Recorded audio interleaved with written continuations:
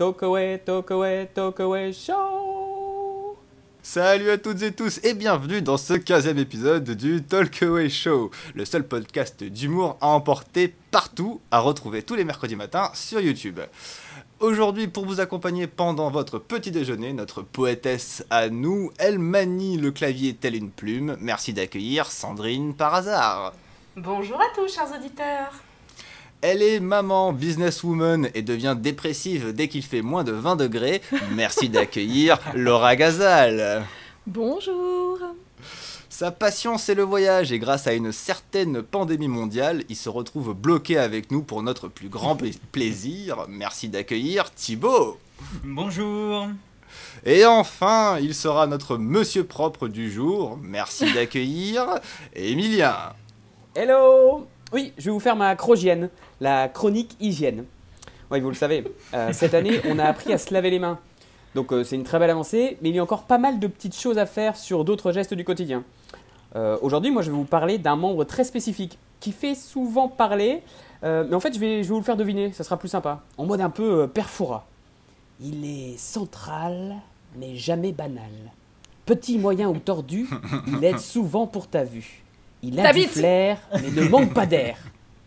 Le nez. C'est le nez, bien sûr. Bravo. Merde. Vous allez participer l'été prochain à Fort Boyard, c'est sûr. Bon, certes, depuis des mois, on le cache et tous les complexés en sont ravis. Mais il faut aussi penser à ceux qui sont équipés d'un pif un peu trop long. Porter le masque pour ces gens-là, c'est comme tendre une toile de parapente en fait. Petit conseil pour ces personnes.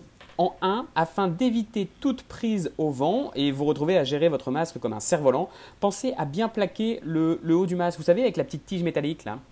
Et en 2, si vraiment votre nez est trop protubérant, vous pouvez ajouter des extensions à vos élastiques pour détendre la toile ou l'étendre.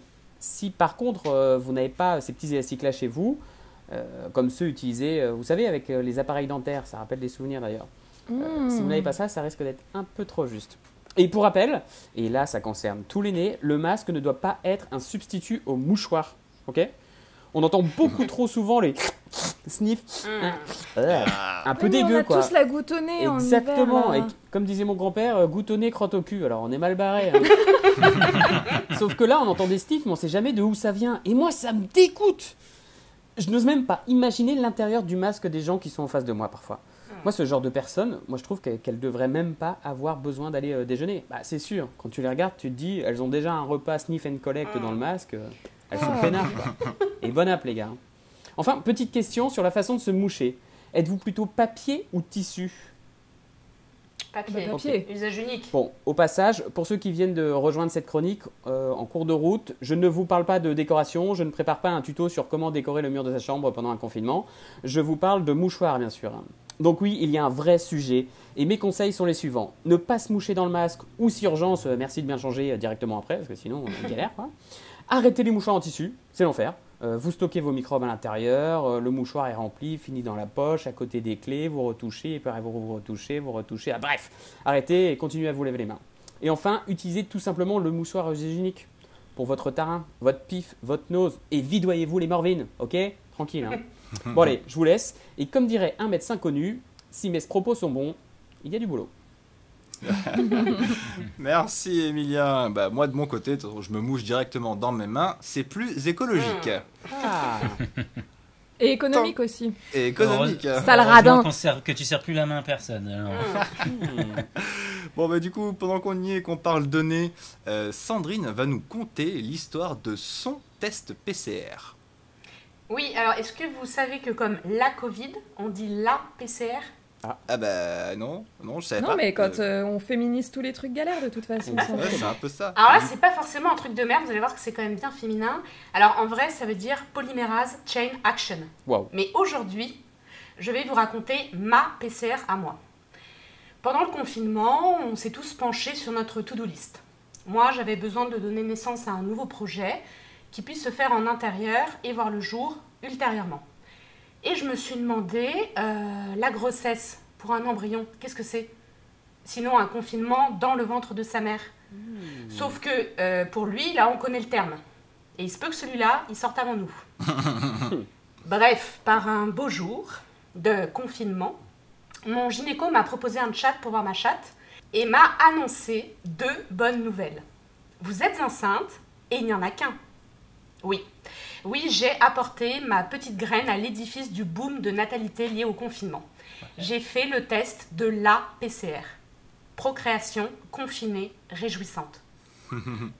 Alors que tout le monde attend que quelque chose se passe, moi, j'attends que quelqu'un arrive. Et pour moi, cette période n'aura pas été stérile, mais féconde. En plus, excusez-moi, mais j'ai su rentabiliser mon calendrier. Premier confinement, conception. Deuxième confinement, hibernation, pour prendre des forces. Confinement suivant, école à la maison. La boucle est bouclée. Bon, bien qu'on soit à nouveau confiné, mes proches s'inquiètent toujours de savoir comment se porte le bébé. Et la femme qui le porte? Non, parce qu'il dort, lui. Hein. D'ailleurs, en parlant de dormir, je promets que si mon bébé fait ses nuits en épargnant les miennes, je laisserai mon ado faire ses grasses mat. Parce que j'ai conscience qu'avoir des enfants, c'est un peu comme se lancer dans un confinement de 18 ans et être privé de sortie. Mais d'ailleurs, c'est pour ça qu'après on se venge sur eux, qui osent débuter leur vie sociale après avoir mis fin à la nôtre. Bon, vous l'avez compris, en ce moment, je n'ai aucune visibilité sur mon avenir, mais ce qui me rassure, c'est que vous non plus. Du coup, j'ai envie de partager des petites questions qui restent en suspens. Sachant que les cours de préparation à l'accouchement sont en vidéo, est-ce que ça veut dire que j'accoucherai en visio à domicile? Bon, remarquez, moi j'ai toujours rêvé d'accoucher en piscine, donc c'est nickel, j'ai une baignoire chez moi. Mais si je ne jette pas le bébé avec l'eau du bain, sa vie est-elle condamnée à prendre l'eau?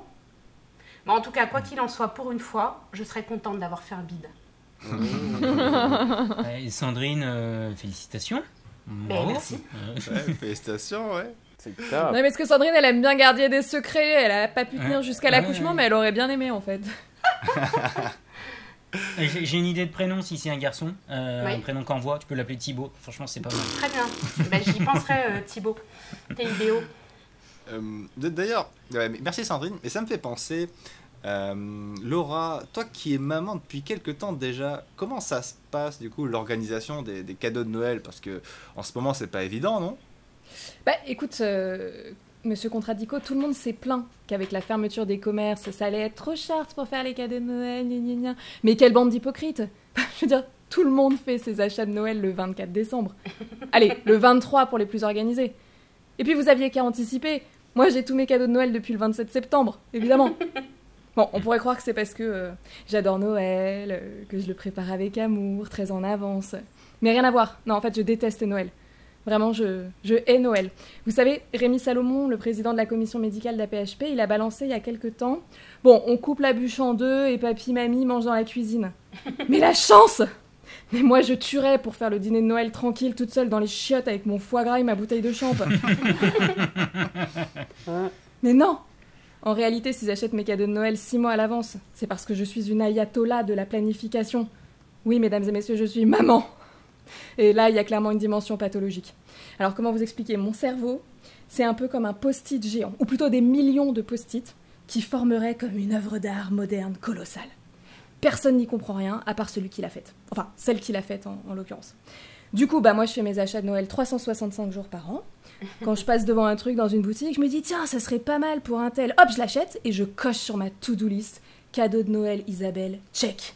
Oh, ça me procure un plaisir. Oh, si vous saviez. Bon, après, j'avoue, il y a un souci. C'est si la taille est pas bonne. Aïe, non, on peut pas échanger, non. Non, parce que je l'ai acheté le 2 juin. Bon, enfin voilà. Et le truc cool, finalement, c'est qu'avec le confinement et la réduction de ma vie professionnelle, sociale, familiale à néant, c'est que ça m'a laissé tout le temps de bien emballer, enrubanner, étiqueter tous ces cadeaux. Et en fait, la seule raison pour laquelle ils ne trônent pas déjà sous le sapin synthétique évidemment que je peux préparer bien en avance sans attendre qu'il y en ait chez les fleuristes, c'est parce que mes enfants croient encore au Père Noël. Bon. Et pourtant ça serait fait comme ça, je pourrais barrer sur ma to-do, cadeau installé sous le sapin, check. Mais non, ça c'est vraiment le seul truc que je peux pas faire en avance. Et ça me tend. Merci Laura. Bah, finalement, tes super pouvoirs de maman vont quand même permettre à tes enfants d'avoir un joyeux Noël, hein. Écoute, on l'espère vivement parce que ce sera pas un joyeux Noël pour moi. Mais pour ceux qui n'ont rien prévu, Thibaut, je crois que tu as une solution. Ouais, ben, tu sais, vous vous rappelez, hein, dans une précédente émission, alors qu'on était à un mois de Noël, je vous disais que cette année, il fallait s'attendre à un Noël différent. Ben, on y est. Et ben oui, il sera différent. Mais pour le coup, je vous propose d'essayer un Noël vraiment différent. Un Noël exotique, en s'essayant à des traditions de Noël de nos voisins européens. Comme par exemple passer Noël à l'estonienne, qui consiste à se retrouver après le repas avec toute la famille, nus, à poil, dans un sauna. On adore. Ouais, il paraît que ça renforce les liens familiaux, surtout avec les beaux-parents. Et si jamais vous n'avez pas de sauna, la honte, vous pouvez toujours très bien faire ça dans votre bac de douche, à condition de ne pas avoir trop forcé sur le repas avant.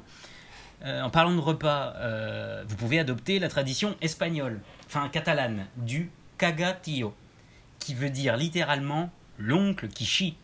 La corde, très raffinée. Il s'agit en fait d'une bûche en bois qu'on a nourrie virtuellement tout le mois de décembre pour qu'elle chie un maximum de cadeaux, de bonbons le jour de Noël. Cette année particulièrement, je vous conseille cette tradition catalane. Vu ce qu'on s'est pris en 2020, il y a de quoi chier, on risque d'être gâtés. Si vous êtes un peu moins originaux et que vous voulez pas que ça soit une bûche qui vous chie vos cadeaux, vous pouvez toujours faire un Noël version suédoise. Non pas autour d'un plat de boulettes chez Ikea, non, mais en Suède, pas de Père Noël, mais le Julebock. Le Julebock, en fait, c'est un bouc, l'animal, hein, pas book, le livre en anglais. Le bouc de Noël qui apporte les cadeaux. Alors ça, c'est super facile à mettre en place. Il suffit de demander à un oncle qui n'a pas encore découvert la savonnette de distribuer les cadeaux. Je suis sûr qu'on en connaît tous un. Et en plus, il n'y a pas besoin de déguisement. Mesdames, mesdemoiselles, spécialement pour vous, si à Noël, c'est le prince charmant que vous souhaitez comme cadeau, très simple. Là, il faut suivre une tradition tchèque qui consiste à lancer une chaussure à talons par-dessus la tête devant la porte de chez vous. Si en retombant, le talon pointe vers la porte, eh bien vous vous marierez dans l'année. Alors, si jamais vous êtes déjà marié, ça marche aussi. Mais là, il suffit juste de jeter votre chaussure dans la tête de votre mari. Et si le talon arrive dans l'œil, le nez ou le front, eh bien vous divorcerez dans l'année. Ouais, là, tu prends ton pied, là. Ouais. Oh. Bon alors, Émilien, attention, si jamais ça te tente de suivre toutes les traditions de Noël à la fois, là, danger. Vous risqueriez de vous retrouver nu avec votre belle-mère en train de balancer votre chaussure dans la tête de votre mari, lui-même en train d'essayer de chier la bûche de Noël sur votre oncle qui pue le bouc. Bon, je vais m'abstenir. Mollo, ma recommandation, c'est d'y aller tranquille, étape par étape. Je vais pas vous faire les différentes traditions de fêter Nouvel An, hein, parce que cette année c'est simple, c'est tout le monde pareil, un bol de soupe, un suppôt et au dodo. Allez hop. Allez hop. Chut. Bon, en attendant, joyeux Noël, Merry Christmas, Frohe Weihnachten, Feliz Navidad, Gott Jul, Feliz Natal et bonne fête à 6. Merci Thibaut. Je pense que Noël tout nu c'est une bonne idée, même si ça peut dériver en Covid partout assez rapidement. Exactement. Et voilà, c'est déjà fini. Ah mais rassurez-vous, vous pouvez retrouver l'intégralité des épisodes sur notre chaîne YouTube. Et si ça vous a plu, le meilleur des cadeaux que vous pouvez nous faire, c'est de mettre un pouce en l'air et d'en parler autour de vous ou sur vos réseaux sociaux préférés. C'était Monsieur le Contradico pour vous servir et on vous dit tous à très vite. Ciao. À très vite. Ciao, ciao. Ciao ciao.